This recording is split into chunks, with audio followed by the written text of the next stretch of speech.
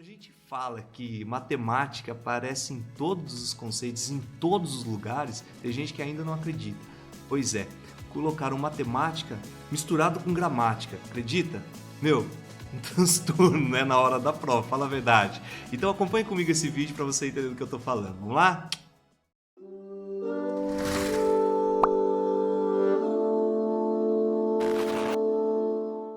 Olá, eu sou o professor Gustavo e nesse vídeo eu quero mostrar um exercício que eu achei muito interessante, porque ele envolve gramática com matemática. Cara, é bonito de se ver. É um exercício que, quando você encontra na prova, eu acho que quem está fazendo vestibular, na hora que se deparou com esse exercício, deve ter tomado um susto tão grande, porque o exercício em tese não é difícil, precisa de uns conceitos técnicos, matemáticos ali para resolver, mas quando você começa a fazer a leitura, logo de cara ele já vem apresentando para a gente. As tabelas a seguir apresentam algumas conjugações do verbo estar.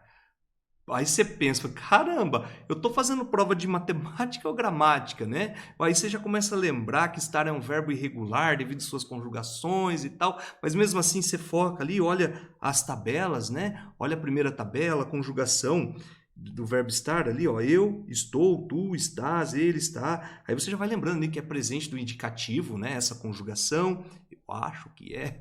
Eu sou professor de matemática, isso aqui doeu um pouco a minha cabeça para eu estudar, para explicar para você, tá? Confesso. E aí, nós vamos para a tabela 2 e você olha lá, eu estava, tu estavas, ele estava, nós estávamos, vós estáveis, eles estavam. E aí é o pretérito imperfeito do indicativo. Depois da tabela 3, ele já apresenta aquela ideia que eu lembro a professora falando, se eu estivesse, se tu estivesse, se ele estivesse, né? Que seria o pretérito imperfeito também, mas agora do subjuntivo, né? E por fim, a tabela 4 apresenta lá, eu estaria, tu estarias, ele estaria, nós estaríamos, vós estarias, enfim, né? O futuro do pretérito do indicativo, a tabela 4. Olha que lindo, né? Que é a gramática. E aí ele pergunta para nós o seguinte, essas conjugações, né, apresentadas na tabela anterior, qual é a única que representa uma bijeção de A em B? Aí você fala, caraca, bijeção, mano, o que é bijeção mesmo? Né? Porque a gente é acostumado em matemática a falar muito de funções que são bijetoras. Mas bijeção liga essa palavra, não é mesmo? Então você pode lembrar, tem a ver com bijetora. Ou será que bijeção é algum termo da gramática? Se tem, eu desconheço, tá? Mas bijeção tem tudo a ver com uma função que é bijetora. Então, para resolver esse exercício, veja, eu precisaria lembrar, né, que quando a gente associa uma informação entre dois conjuntos de A em B, na matemática nós estamos associando a uma função. Veja, em todas as tabelas, eles associam do A para o B. Eu estava, tu estavas, nós estávamos. Então, ele faz uma associação do conjunto A para o conjunto B. E aí vale lembrar que nessa notação f de A em B, nós temos a indicação do primeiro conjunto sendo o domínio da nossa função. E o segundo conjunto que é citado aqui é o contradomínio da função, onde nós vamos ter os possíveis valores para x no domínio, né? Quando a gente fala da matemática, eu já estou pensando na função, no plano cartesiano, eixo x, eixo y. O x pertence ao domínio da função e o contradomínio indica para nós todos os possíveis, presta atenção, os possíveis valores para y, tá? Todas as possibilidades. E aí nós sabemos que as respostas que nós vamos encontrar, então quando você substitui o x e encontra os valores de y, nós temos o conjunto imagem da função. Então veja, o contradomínio não necessariamente tem que ser igual à imagem, né? Então nós temos essa estrutura para lembrar de função. E bijeção de A em B, ele quer dizer então quando que você vai ter uma função que é bijetora de A em B. E o que é uma função bijetora? Função bijetora é aquela que recebe a classificação de ser uma função injetora e sobrejetora ao mesmo tempo. Lembrando aqui que uma função injetora é aquela que você pega todos os valores de x, um diferente do outro, sem repeti-los, e sempre você encontra respostas diferentes. Então, porque acontece muito, por exemplo, função de segundo grau, eu coloco o f de x igual a x ao quadrado, por exemplo, com o domínio nos reais. Quer dizer, eu posso colocar qualquer valor de x. Veja, se eu colocar 2 ao quadrado dá 4. Se eu substituir por menos 2, ao quadrado também dá 4. Eu usei x com valores diferentes e deu o mesmo f de x. Então, já não está valendo, já não é uma função injetora. Para ser injetora, eu teria que colocar o 2, colocar o menos 2 e dar respostas diferentes. Tá? Então, isso é uma função injetora. Para cada x tem o seu f de x, resumindo. Função sobrejetora é quando a imagem é igual ao contradomínio. Então, ela é mais fácil da gente identificar, né? Porque o contradomínio são todos os possíveis valores para x. Aí você vai obtendo as respostas e aí você tem a imagem. Então, se a imagem for igual ao contradomínio, ela vai ser sobrejetora. Então, observe aqui que essas tabelas, né, o que eles brincaram aqui de matemática com gramática, né? Associaram os valores do conjunto A, né? Então, os pronomes pessoais são os valores para x, né? Relacionados com o x. E a conjugação dos verbos são os valores que a gente encontra como y. Tá? Então, fazendo uma análise mais técnica aqui, por exemplo, na tabela 1, nós temos uma associação de informações como sendo, para nós, na matemática, os pronomes pessoais como x e as conjugações y, nós temos o eu associado com estou, se a gente usar o diagrama, né? Tu estás, ele está, nós estamos, vós estáis, eles estão. Na primeira tabela, nós temos aqui, veja que bonito, uma associação de todos os valores de x, todos diferentes, inclusive, e cada um tendo uma resposta diferente. Então, aqui eu já posso garantir para você que nós estamos falando de uma função que é injetora.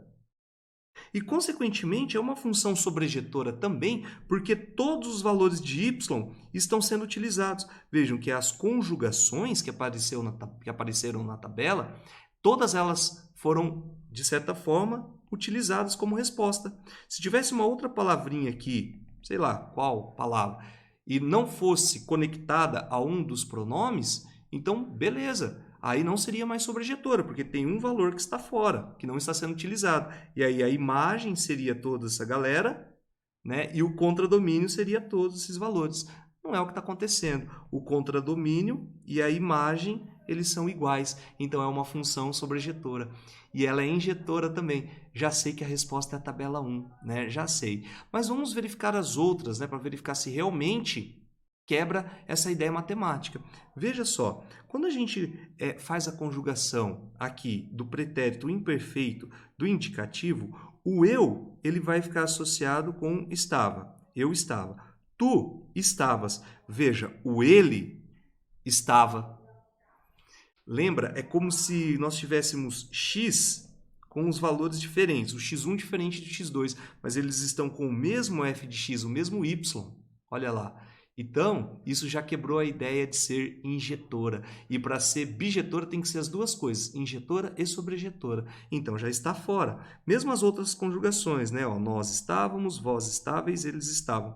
Acontecendo, não é mais uma função bijetora, está fora. Eu quero uma bijunção. E outra coisa, ela é sobrejetora, porque todos os valores do domínio estão sendo utilizados. Isso torna acontecer nas demais conjugações. Veja lá, ó, quando eu falo do pretérito imperfeito do subjuntivo, se eu estivesse, se tu estivesses, se ele estivesse também. Vai acontecer o mesmo problema que aconteceu na tabela 2. Não é uma função injetora isso, né? Porque eu tenho dois valores de x, na brincadeira que eles fizeram aí, nessa associação, com o mesmo y. E, por fim, na tabela 4, né, que é o futuro do pretérito do indicativo, eu estaria, tu estarias, ele estaria também. Então, veja que se repete o eu e o ele. Né? Esses dois pronomes, eles têm a mesma conjugação para esse verbo. Então, já quebra a essência de ser injetora. Né? Mesmo os demais, dando tudo certinho, mesmo ela sendo sobrejetora, repito, porque toda a imagem, aliás, todo o contradomínio, né, é igual à imagem, não tem uma palavra estranha aí que não está recebendo a flechinha, ela é sobrejetora. Mas se quebrar o lance de ser, ela é sobrejetora. E se quebrar o lance dela ser injetora, já não é mais bijetora, tá bom? Então, isso que aconteceu aqui garante para nós que a única tabela que apresenta ou representa uma bijeção é a tabela 1, a tabela que indica para nós aqui, né, a conjugação do presente do indicativo. Muito legal esse exercício. E aguenta mais um pouquinho porque eu vou viajar um pouco mais, tá? Eu vou resolver esse exercício em forma de gráfico. Nossa, agora eu vou falar para você que viagem, professor. Bom, olha só o que está acontecendo aqui. Se eu fosse, né, associar no eixo X os pronomes e no eixo Y as conjugações, eu teria um plano cartesiano posicionado com esses valores. Né? Já estou pensando como matemático agora. E aí a conjugação, por exemplo, do eu estou. Tu estás, eu vou marcar o ponto indicando qual seria a relação do eu e sua conjugação, do tu e sua conjugação, dependente de qual que é o primeiro e segundo aqui, eu vou marcar o valor. Ele está, nós estamos, vós estáis, eles estão. Veja, nenhum valor de x, nossa, parece loucura, né? Falar que o valor de x é eu, tu, ele, nós. Nenhum valor de x tem o mesmo f de x ou y, que é a resposta. Não acontece. Diferente dos outros gráficos, ó. Se eu for fazer a conjugação agora do pretérito imperfeito do indicativo, eu estava, tu estavas, ele estava. De novo, nós estávamos, vós estáveis, eles estavam. Eu acho que o grande lance, quando a gente analisa um gráfico para eliminar se a função é injetora ou não, é verificar se você consegue traçar uma linha horizontal ou essa linha tem que ser paralela ao eixo X e ela tem que passar pela função 2 ou mais vezes. Se isso acontecer em um momento qualquer aí do nosso gráfico, pronto, ela não é mais injetora. Para ser sobrejetora, nós temos que ver se todos os valores que foram colocados aqui do contradomínio estão sendo imagem, ou seja, todos eles estão recebendo um valor de x. Então, beleza, eu substituo o x e encontro o y, tá bom. Agora, quando acontece 2 vezes a mesma palavra ali no caso, então não é mais uma função injetora, tá? No caso aqui dos demais, vai acontecer a mesma coisa, né? Nas demais conjugações, tanto para a terceira e quarta tabela, você vai notar que o eu estivesse e se ele estivesse, novamente, nós vamos ter o ponto aqui, né? Na conjugação do pretérito imperfeito do subjuntivo, que é a tabela 3, né? Isso, ó, se eu estivesse, tu. Agora, do futuro do pretérito, do indicativo, eu estaria, tu, já acontece também aqui, né? Eu estaria, ele estaria. Se você traçar aquela linha, você vai usar 2 valores da função. Não é mais injetora. A única que é bijetora é essa daqui. Nossa, que viagem, né? Mais um exercício maravilhoso que comprova que matemática a gente consegue colocar em tudo, né? Até mesmo na gramática, tá bom? E se você gostou do vídeo, deixe seu like, seu comentário aí. Espero ter ajudado com essas informações. Bons estudos, até mais!